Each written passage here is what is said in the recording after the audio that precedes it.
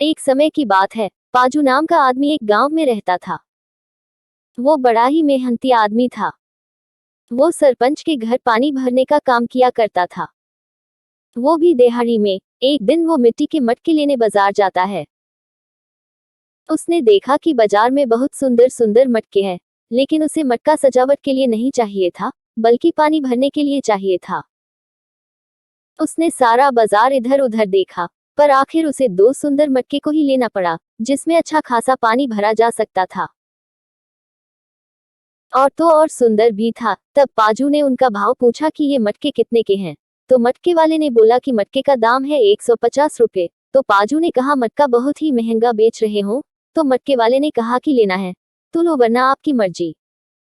क्योंकि गर्मी आने वाले ही थे और पाजू को मटके चाहिए थे, तो पाजू ने बोला कि भाव कुछ कम नहीं हो सकते हैं क्या।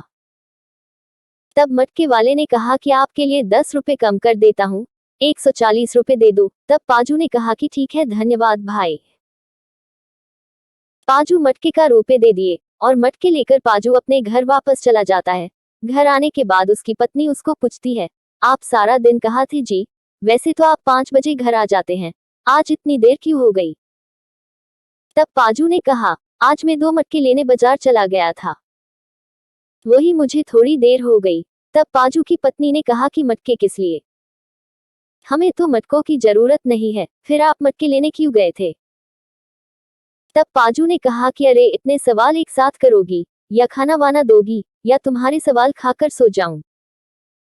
तब पाजू की पत्नी ने कहा कि आप हाथ मुंह धो लो, मैं अभी खाना निकालती हूँ। और खाना खाते हुए पाजू उसे अपने पत्नी को बताता है कि सरपंच जी ने मुझे 2 मटके लाने को कहा था, इसलिए मुझे घर आने में देर हो गई। तो पाजू की पत्नी ने कहा, अच्छा, आप सरपंच के घर में इसी मटकों में पानी भरने वाले हो क्या? तब पाजू ने कहा, हाँ जी।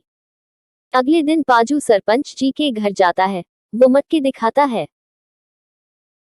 तब सरपंच जी कहते हैं, बड़े ही सुंदर मटके हैं, अब रोज पानी इसी से ले आना। पाजू ने कहा, जी सरपंच जी। और सुबह सुबह उठकर पाजू पानी लाने के लिए निकल जाता है। वो नदी से रोज उन मटकों में पानी लाता है और सरपंच जी के पौधों सब में डालता है। इसी तरह वो अपना रोज का काम करता है।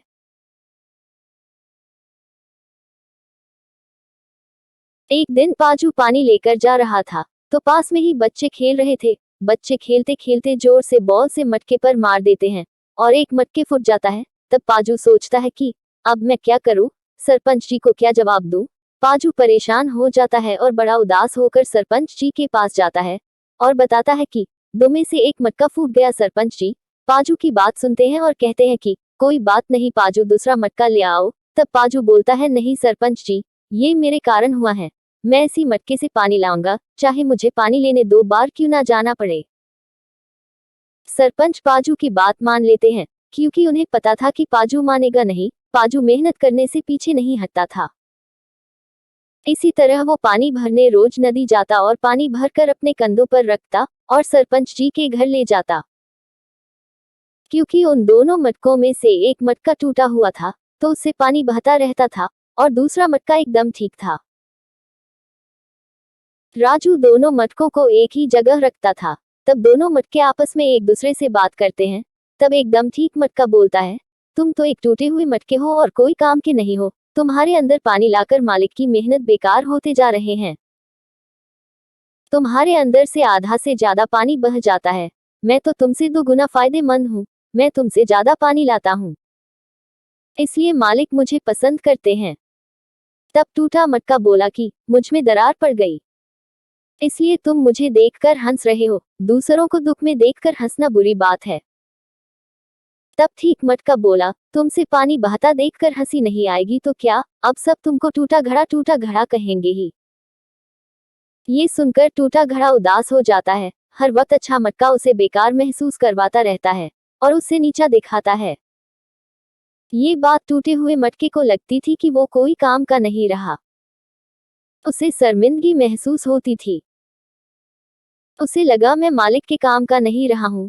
हमेशा की तरह पाजू पानी भरकर सरपंच जी के घर की ओर जा रहा था। तभी टूटे हुए मटके ने कहा, मुझे हटाकर कोई और मटका ले आओ, मैं कोई काम का नहीं हूँ। तो पाजू ने कहा, लेकिन क्यों? मैं सारा पानी नहीं ले जा सकता ना। मुझमें जो दरारें हैं उससे पानी बह जाता है। मैं आप पर बोझ हूं, मैं किसी काम का नहीं हूं। तब पाजू ने कहा, तुम सिर्फ अपनी बुराई देख रहे हो, लेकिन मैं तुम्हारे बुराई के पीछे छुपी अच्छाई को देख रहा हूं, इसीलिए मुझे तुम्हारे अंदर कोई कमी नहीं दिखाई देता। तुम्हें ऐसा क्यों लगता है कि तुम मेरे किसी काम के नहीं हो? तुमने तो मेरी बहुत मदद की है। तो टूटा मटका बोला कि वो कैसे? तब पाजू कहता है, जब मैं रोज नदी से वापस आता हूँ, तब आधा पानी जमीन पर गिर जाता है, जिस वजह से वहां के फूल अच्छे से उग रहे हैं। तो तुम कैसे अपने आप को नकारा समझते हो? टूटा मटका बोला कि इन सब में आपकी मदद कैसे हुई मालिक? तब पाजू ने कहा कि वो जो फूल उगते हैं, मैं उन्हें बाजार में बेचकर कुछ पैसे कमा लेता हूँ, जिससे मुझे फायदा होता है। ये सब तुम्हारे कारण ही तो हो पाया है, तो अब से तुम कभी अपने आप को कम मत समझना। मटका बोला, ओह, मुझे पता नहीं था ऐसे भी काम आ सकता हूँ। तब एहसास हो गया और टूटे मटके से माफी मांगता है, मुझे माफ कर दो मेरे दोस्त, मैंने तुम्हारा दिल दुखाया है। मुझे तुम्हारी कमजोरी का मजाक नहीं उड़ाना चाहिए था। मैं अपनी गलती पर शर्मिंदा हूँ दोस्त, मुझे माफ कर दो।